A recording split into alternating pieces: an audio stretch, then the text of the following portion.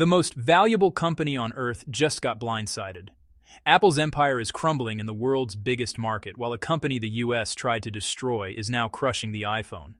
Meanwhile, Tesla just cracked a battery secret that could make electric cars unbeatable. This is the power shift no one saw coming. Right now, Apple is staring down a crisis unlike anything it's faced in over a decade. And the threat isn't coming from its usual rivals in Silicon Valley.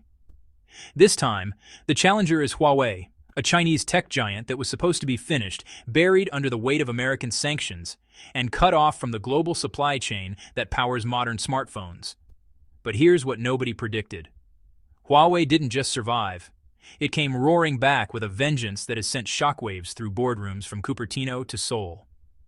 Today, Huawei isn't merely competing with Apple in China.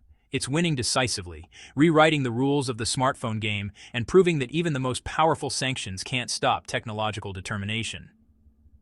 For more than a decade, Apple owned the premium smartphone space in China. Walking into a coffee shop in Shanghai or Beijing with the latest iPhone wasn't simply about having a good phone. It was a statement. It signaled that you'd made it, that you appreciated quality, that you belonged to an exclusive club of discerning consumers. The iPhone became woven into the fabric of Chinese aspirational culture, a glowing rectangle that represented success itself. But something fundamental has shifted in 2025. That carefully constructed image is fracturing. Chinese buyers, once the most loyal iPhone customers outside the United States, are asking uncomfortable questions. Why are we paying premium prices for incremental updates? Why does each new iPhone feel like a slightly polished version of last year's model? And most importantly, why are we looking abroad when Chinese companies are building superior technology right here at home? The answer to that last question is embodying itself in Huawei's extraordinary resurrection. Let's rewind to understand just how remarkable this comeback truly is. When the United States government placed Huawei on its entity list in 2019, the implications were devastating. Overnight, Huawei lost access to critical American technologies. No more Google services, no more access to cutting-edge semiconductor designs, no more 5G chips from Qualcomm. Industry analysts wrote obituaries for the company. Without access to the components that power modern smartphones, how could Huawei possibly compete? The conventional wisdom said it couldn't. Most experts predicted Huawei would retreat into China's domestic market, producing inferior devices for a shrinking customer base, while Samsung, Apple, and other competitors filled the void in global markets. But those experts fundamentally misunderstood what they were dealing with. Huawei didn't accept defeat. Instead, its engineers embarked on one of the most ambitious technological projects in recent corporate history. They decided to build everything themselves, from the ground up, with zero dependence on Western suppliers. It seemed impossible. Creating advanced semiconductors requires not just expertise, but entire ecosystems of suppliers, fabrication facilities, and years of accumulated knowledge. But Huawei had something powerful driving it forward: national pride, government support, and thousands of brilliant engineers who took the sanctions personally. They worked in relative silence. While Western media declared Huawei dead, Chinese research labs were solving problems that Silicon Valley assumed couldn't be cracked without American technology. And then, without warning, Huawei unveiled the Mate 60 series. The revelation stunned the global tech community. These phones came equipped with full 5G capability, something that should have been impossible for a sanctioned company. Even more shocking, they were powered by Huawei's own 7-nanometer chip, manufactured entirely within China. No American components, no Western dependencies, just pure Chinese engineering excellence. For China, this wasn't merely a commercial achievement, it represented a technological declaration of independence. The message was clear. Sanctions can slow us down, but they cannot stop us from innovating. When the Mate 60 Pro launched, the consumer response was explosive. Physical stores across major Chinese cities experienced scenes reminiscent of Apple's glory days. Lines stretched around blocks. Inventory vanished within hours. Huawei's online ordering systems buckled under the traffic, servers overwhelmed by the sheer volume of customers desperate to own a piece of this national triumph. And Apple? For the first time in years, the company that once commanded unwavering loyalty in China found itself watching from the sidelines. The numbers tell a brutal story. In early 2025, Huawei's market share in China rocketed past the 20% mark. Meanwhile, Apple's share plummeted, dropping faster than analysts thought possible. In cities like Shenzhen, Hangzhou, and Chengdu, Huawei smartphones are outselling iPhones by a ratio of 2 to 1. Some retailers report even wider gaps. Financial analysts have started using a new term to describe what's happening: the Great Reversal. It's an acknowledgement that the power dynamics in the world's largest smartphone market have fundamentally changed. But why exactly are Chinese consumers abandoning iPhones in such dramatic numbers? The answer goes beyond simple patriotism or even price. Consider what Apple has been offering its Chinese customers. Each September brings a new iPhone announcement, and each year the improvements feel increasingly marginal. A slightly better camera, a fractionally faster processor, a new color option. Meanwhile, prices continue climbing, pushing the latest iPhone Pro models well beyond what many middle-class Chinese consumers consider reasonable. Apple assumed that brand loyalty and ecosystem lock-in would keep customers paying premium prices indefinitely. That calculation has proven catastrophically wrong. Huawei, by contrast, has been innovating aggressively. The Mate 60 Pro doesn't just match the iPhone 15 Pro on specifications. In several critical areas, it surpasses it.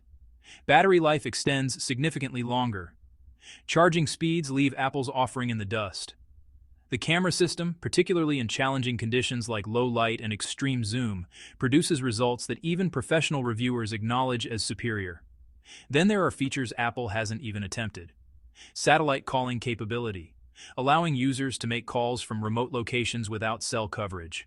Integration with Huawei's Harmony OS, an operating system that feels both familiar and distinctly Chinese.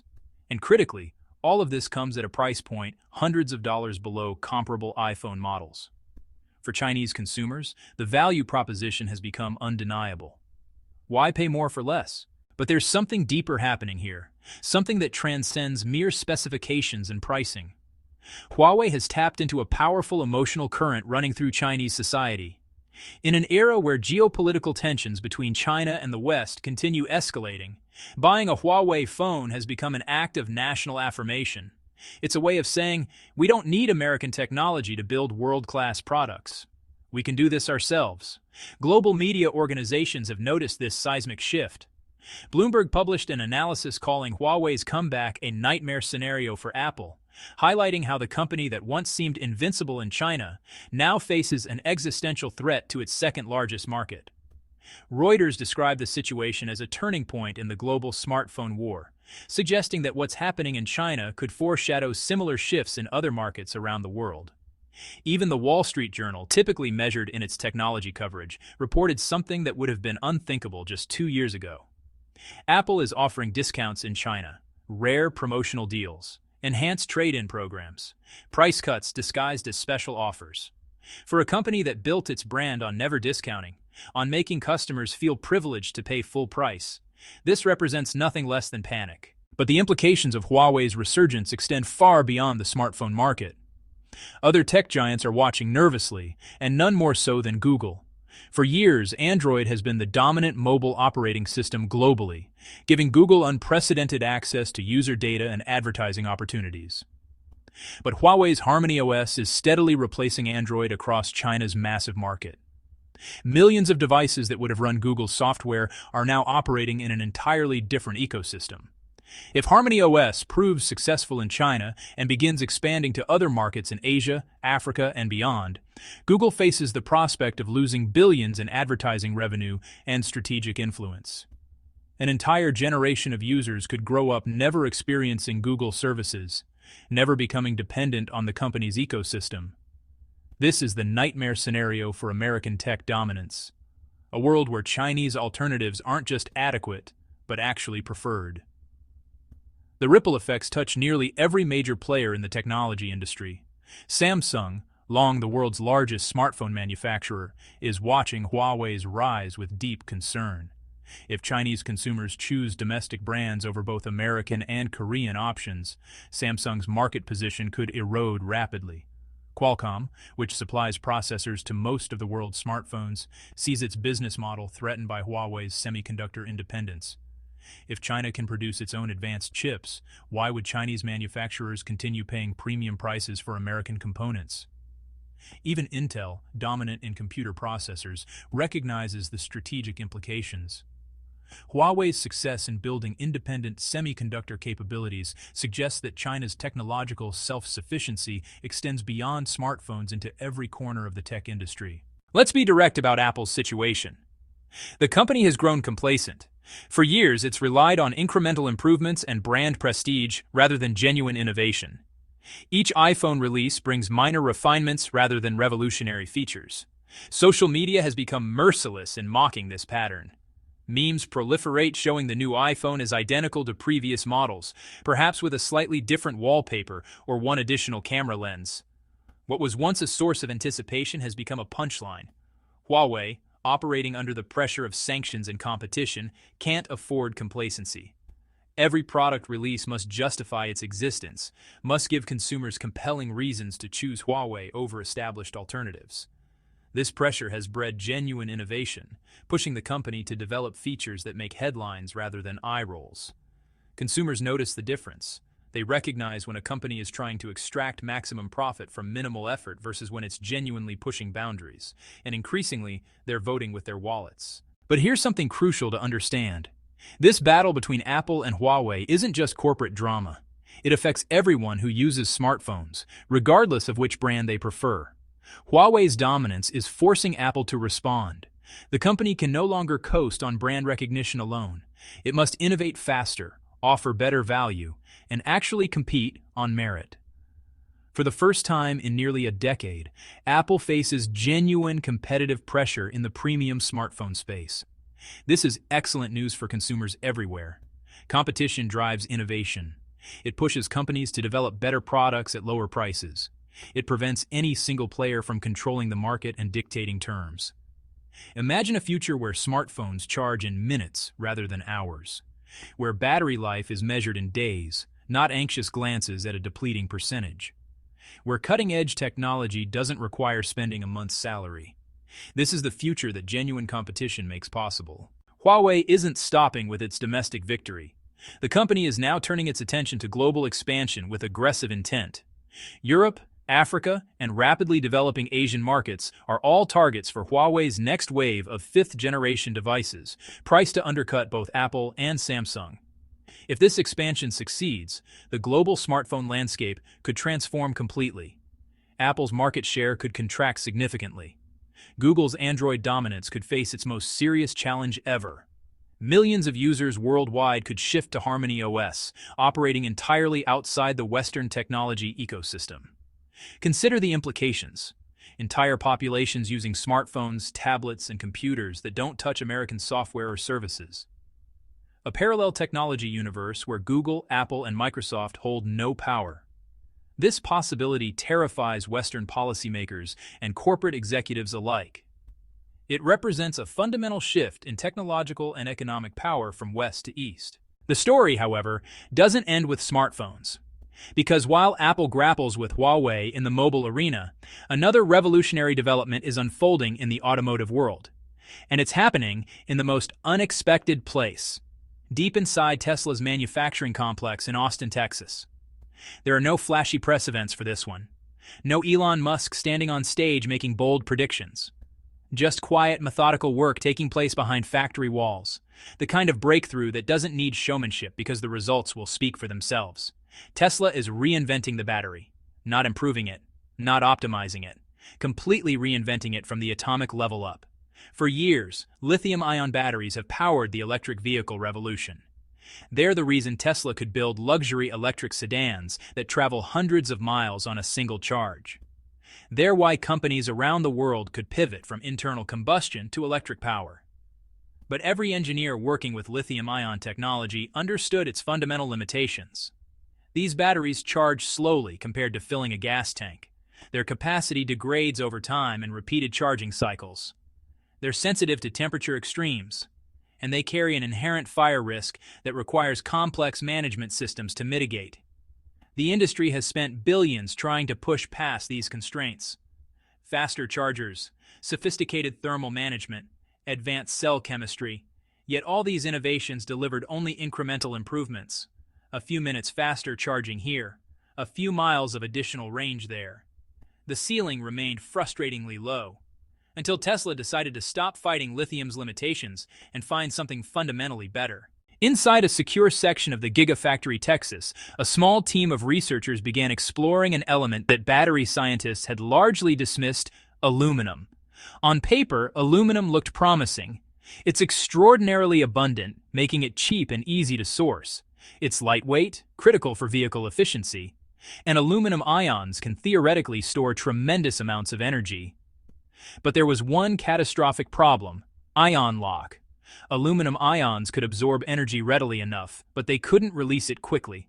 They'd trap the power inside the battery, making it useless for real-world applications. This fundamental flaw had caused researchers to abandon aluminum battery development decades ago. Tesla's team refused to accept this limitation as permanent.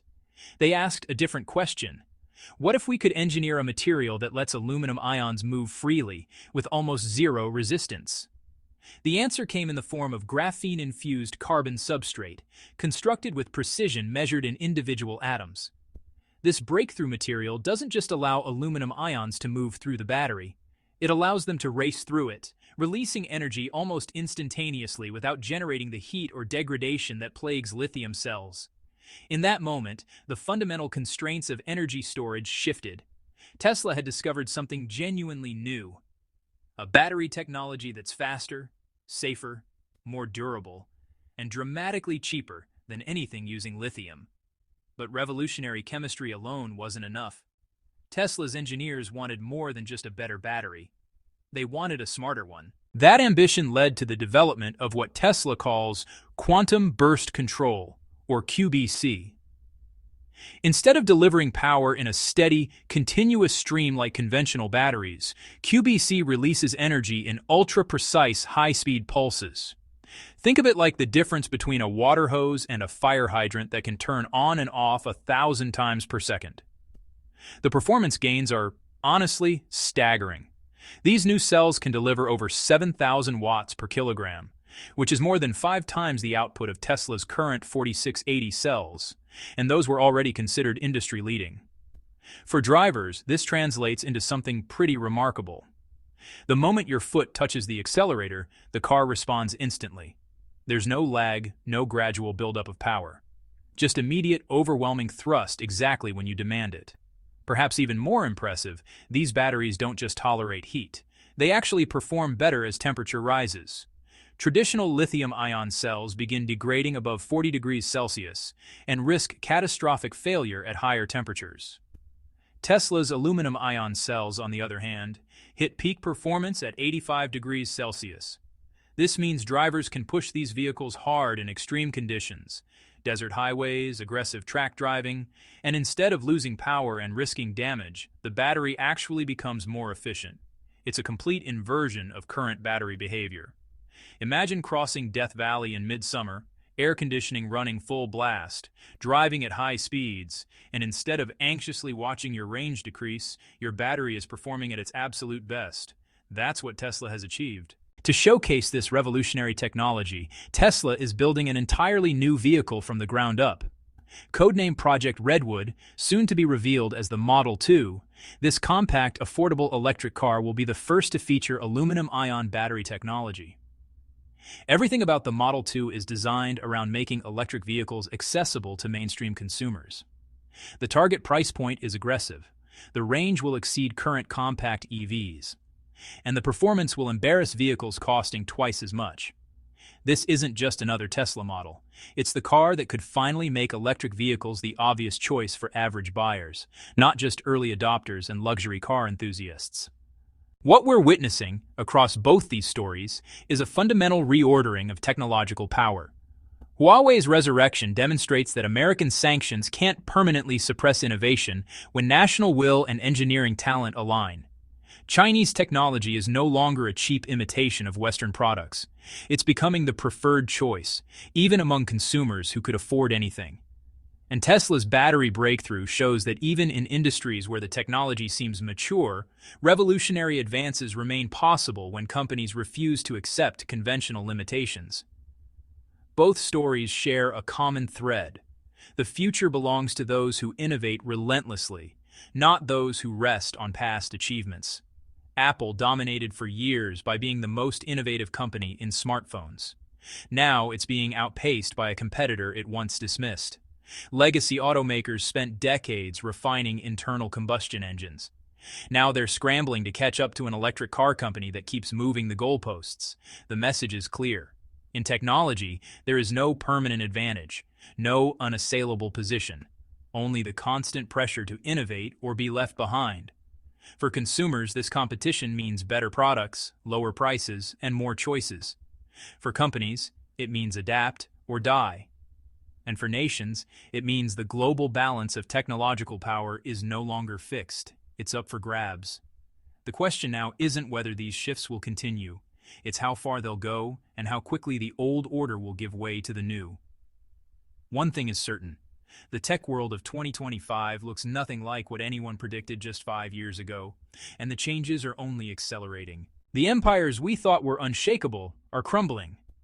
The technologies we believed had reached their limits are being reborn, and the future we thought we understood is being written by engineers working in silence, solving problems the world said were impossible. The only question left is, what else are we wrong about?